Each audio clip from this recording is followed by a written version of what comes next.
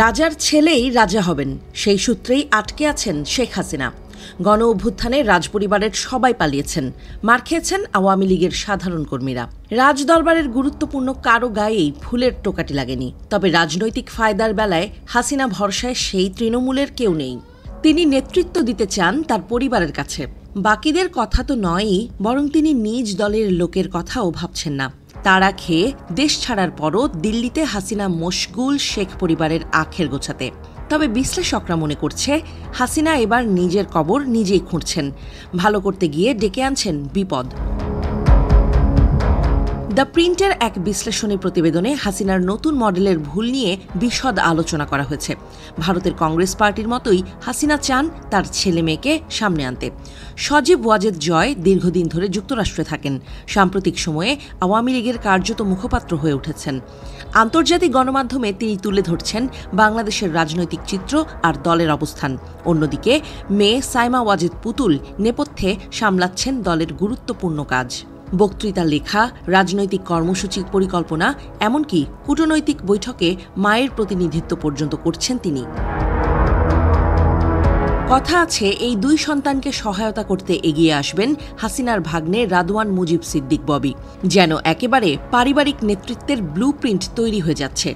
দলের ভেতরের একাংশ বলছেন গান্ধী পরিবারের সঙ্গে হাসিনা পরিবারের পুরনো সম্পর্কই হয়তো তাকে এই পথে হাঁটতে উৎসাহিত করেছে। কিন্তু প্রশ্ন হল, এটি কি সঠিক পদক্ষেপ? বাংলাদেশের সাম্প্রতিক ইতিহাস বলে ভিন্ন কথা। ২০২৪ সালের জুলাই বিপ্লব তো কেবল কোটার দাবিতে শুরু হয়নি, তা রূপ নিয়েছিল এক বৃহত্তর বিদ্রোহে, বংশানুক্রমিক রাজনীতির বিরুদ্ধে, স্বজনপ্রীতির বিরুদ্ধে। আর তারই প্রতীক হয়ে ওঠেন শেখ হাসিনা ও তার পরিবার।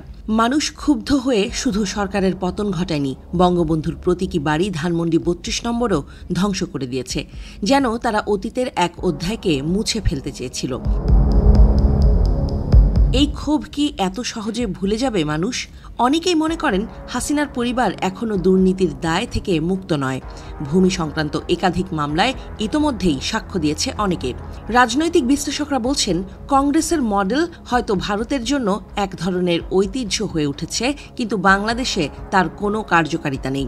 কারণ ভারতের ইতিহাসে কংগ্রেস কখনো গণ অভ্যুত্থানে ক্ষমতাচ্যুত হয়নি, অথচ শেখ হাসিনা সরাসরি গণরোষের মুখে সরে যেতে বাধ্য হয়েছেন। এখানেই পার্থক্য। তাহলে জয় ও পুতুলের ভবিষ্যৎ কি? কিছু বিশেষজ্ঞ বলছেন তারা যদিও কথিত শিক্ষিত, আন্তর্জাতিক পরিমণ্ডলে পরিচিত এবং সো কল্ড আধুনিক মানসিকতার মানুষ, কিন্তু মাঠ পর্যায়ের রাজনীতির অভিজ্ঞতা ছাড়া নেতৃত্ব গড়া খুব কঠিন। তরুণ প্রজন্ম এখন এমন কাউকে চায় যিনি রাস্তায় নেমে আন্দোলন করেছেন, মানুষের সঙ্গে কাঁধে কাঁধ মিলিয়ে থেকেছেন, কেবল নাম পরিচয় বা বংশগৌরব সর্বস্ব নয়।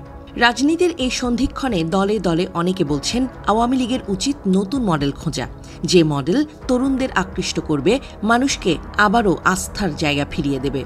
বংশানুক্রমিক রাজনীতি থেকে সরে এসে যদি নতুন নেতৃত্ব উঠে আসে, তবেই হয়তো দলটির পুনর্জন্ম সম্ভব। ২০২৬ সালের ফেব্রুয়ারিতে যদি সত্যি জাতীয় নির্বাচন হয়, তবে আওয়ামী লীগের সামনে বড় প্রশ্ন, তারা কি ভোটের ময়দানে ফিরতে পারবে, নাকি পারিবারিক উত্তরাধিকারী তাদের জন্য হয়ে উঠবে আরেকটি ভুল পদক্ষেপ? সময়ের সঙ্গে সঙ্গে উত্তর মিলবে। আপাতত আওয়ামী লীগের ভেতরে চলছে সেই উত্তেজনা। হাসিনার পর কে? আর তার ছায়াতেই ভাসছে বাংলাদেশের রাজনীতির অনিশ্চিত ভবিষ্যৎ।